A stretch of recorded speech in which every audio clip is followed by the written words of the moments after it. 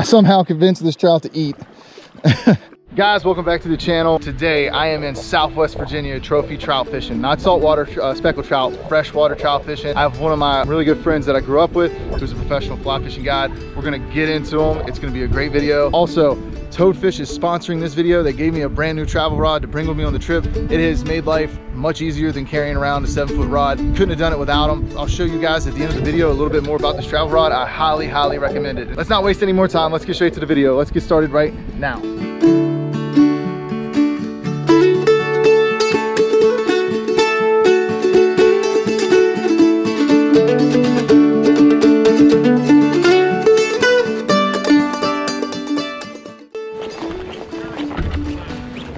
He took a dirty stonefly. What we got here? You knew there was gonna be one there. Oh, that's a nice one. It's a great fish.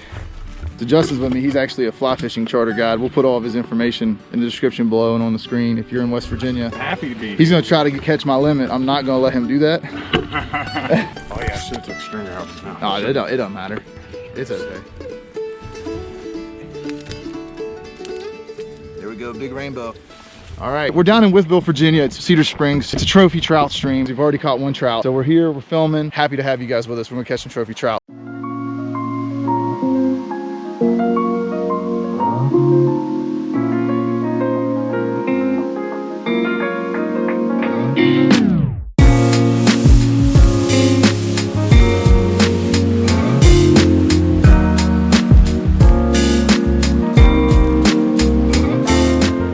Water is so clear, we need to get as natural probably as possible and just give them something to look at. A little bit of scent doesn't hurt either. So I've had the trout magnet on a few times, usually my go-to, and I've had nothing. So we're gonna hit this little pocket here and work our way up to one of my favorite spots on the property.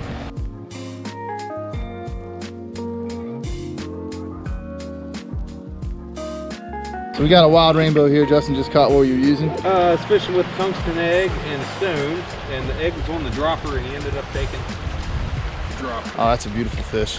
Yeah, he's a gorgeous little wild guy. Yep.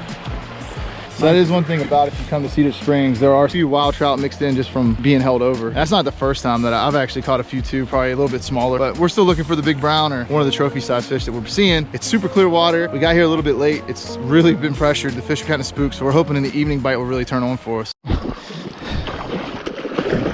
I somehow convinced this trout to eat. I was pretty sure I could.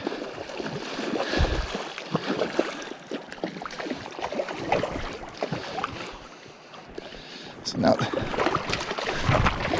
oh, he's nice. There we go. I told you he was a nice one. Oh. Slab, man. Oh. That's awesome. On the toadfish. He ate it with his mouth too, didn't he? I told you. I said he's circling for it. Dude. Look at that. Yeah. Hey, that's a 22, 23. All right, man. He ate it too, didn't he? I watched him. He like slapped it or something. You got him with his mouth. Yep. Oh man, that's a big fish. Dude, that's a that's a hog. What I did with this fish, we're obviously going to keep it, so I'm going to be a little rougher with it than usual. Well, yeah, I'm going to. Can you get pictures? Oh, absolutely, dude. Yeah. There you go. Can you tell how big he is, or do I need to hold him different? I'd love to have a picture with the rod. Oh yeah, definitely. How crazy did I say? I think he's gonna eat. Yeah, dude, he did eat. Oh, that makes it worth the trip. Yeah, right? He's 17, 18, 19, one out. And this right here is 24. So you can see he's 24 inches. Oh, easy. I mean, that is a stud rainbow trout. That's what this place is known for. That's why we came. And I caught him on a gulp night crawler. I didn't know if there was gonna be a chance to get him. And then I watched him eat. I watched my line go just a little taut. So we're gonna keep him, but that's the first one. We got the other one we caught earlier. So we think before the sun goes down, we can catch a couple more. So we're just gonna see. So right here is what I caught him on. It's a pinch night crawler by Gulp. So it's got the Gulp scent and it's on that Voodoo custom jig. Pretty good combination for any stream, any time of the year. No, but I probably need to. I had more looks. No, I think there's one right here. There's like a little hole right here, and there's one sitting in there. I can't tell how deep I am. which is part of the problem too. Oh yeah, this is a decent one too. Yep, you're right, you're over top of them too much. Oh, there's two in this hole. There's two right here. So here's what I'm doing. I'm just taking my wrist and bouncing it. So that's the secret to the trout magnet. When you don't have any kind of indicator on it, it's just a bounce. So you're not jerking it, you're just barely bouncing it.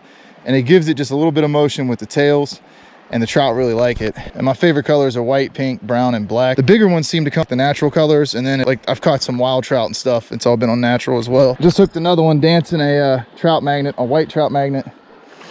Got him to turn on it. I wish I'd have got that eat, but it's gonna be challenge landing him here. Oh, there you go. There's a couple more in here for sure.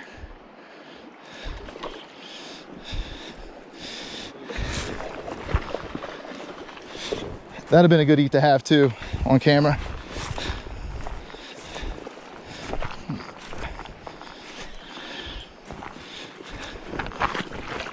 Oh, regular size trout there. Not the jumbo that was earlier, but still a good trout. That's the one I've been watching.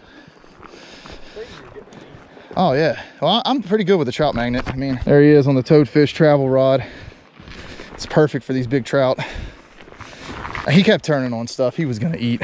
So that time he hit on the white trout magnet on the Voodoo Custom dart head. So it's the same thing as a trout magnet head. Third trout of the day, fishing a super pressured stream. Super technical waters. It's super technical. Very technical waters. Super technical waters, as the professional here says. Yeah, so we're just gonna work our way back.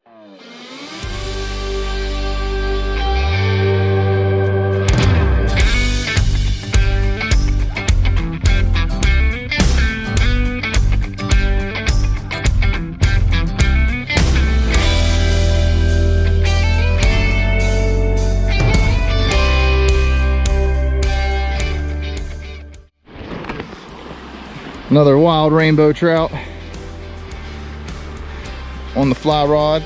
That's the only place I've ever caught the wild ones here, is right off that rock. Yeah, we came back here.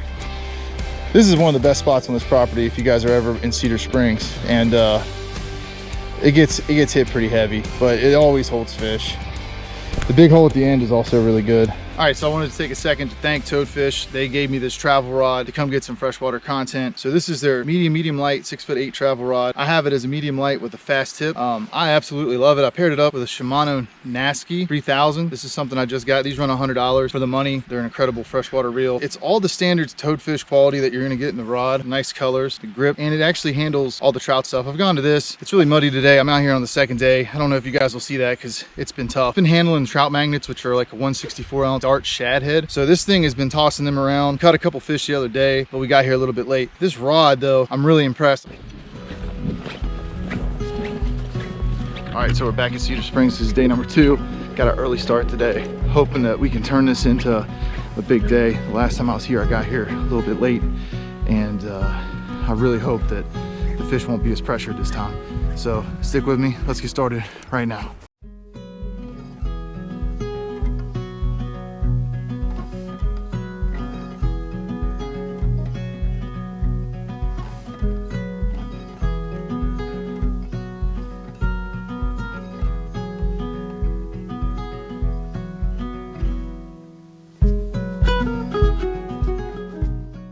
All right guys, so I'm back at Cedar Springs for day 2. As you can see, the water's much higher.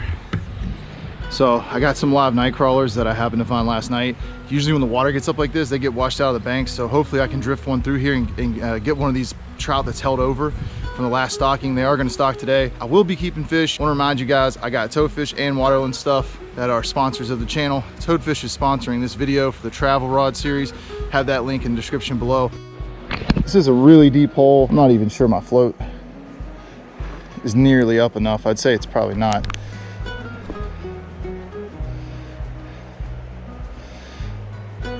Just gonna try to drift through here. I'm gonna need to move my trout magnet slip up a little bit. I really want to be in the current a little bit more there. There we go. That's it. And the trout usually at this hole are gonna sit right here in between where the water is moving so they can feed easy, and right there off the edge. So right now I'm in the middle of it. That's not a horrible cast. My depth is not right though. I've got to adjust it. It might be right for right here. You see it kind of ticking on the bottom. That's what I want. But for the middle of the hole, it's not deep enough. So I have to slide this up a little bit. And this is the setup for today. I got the trout magnet bobber. I'm floating it right now. I just adjusted it. I can easily take this off and just bounce the trout magnet or even a fake night crawler. Just want to get a little bit deeper. Usually I catch fish in the morning after. They're still in here. The fish get held over in here a lot. I feel pretty good about it. I wish the water was a little bit clearer. Not as clear as it was last time, but I don't like it muddy, quite as muddy as this, but we're gonna work with it. You know, I don't like to generally I don't like to use power bait a whole lot, but this is like a perfect day for it, just to get it down low to them, something smelly. You can see it's kind of ticking on the bottom there. That's what we want. And when it goes all the way down solid, you're gonna know. The other thing you can do is take this trout magnet indicator off, whatever you want to call it. We could take it off and then go ahead and just free line it, and that's good too. So on a day like today, it's either going to be really good or it's going to be tough because it just rained. The water level just changed. They can't. Last time we were here, you could see you. I mean, there was no question the fish knew where we were, and they were very finicky. The problem is now they can't see us, but we can't see them either. So where they were schooled up, they're schooled up in here when the water's low. This is usually a pretty good deep hole. They're also schooled up further up there, which I'm gonna work my way all the way up and then come back. I'm just letting it float all the way through. You can tell it's not as deep there by the way the indicator's kind of moving. Especially with the water being up a little bit, it wouldn't shock me if there's something hanging like right in this area. I'm only gonna give this a couple more casts. I'm gonna go straight regular trout magnet setup. All right, so when I'm fishing one of these holes, the way I always break it down when I'm trout fishing, I break it into 4 parts, like all the way at the end, almost the middle and up above where I really want to fish. And I just try to let it, especially with this indicators and stuff, I just let it float. I just let it float the whole length of the hole. And that way, you know, it's a really simple way to fish a lot of water. Even though this is definitely not my favorite way to fish, it's just the easiest.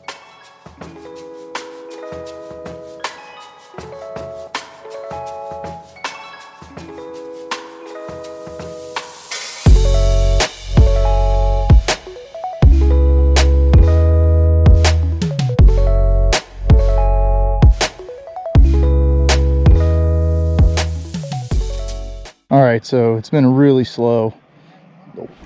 The watercolor is about as bad as it can be. Apparently it poured rain here last night. I think spinners are the way to go, and I don't have any. So I'm trying to salvage this thing. It's a trip I've waited 3 years for, and it's not gone as planned. I showed up late one day and then got here early, and then it's just, the water's crazy. There's a very first hole you're gonna see in this video. It's pretty infamous here, and it always has nice fish. I watched them. I watched what they threw in. They threw a massive brown trout in, and I didn't catch it, and I stayed there 2 hours.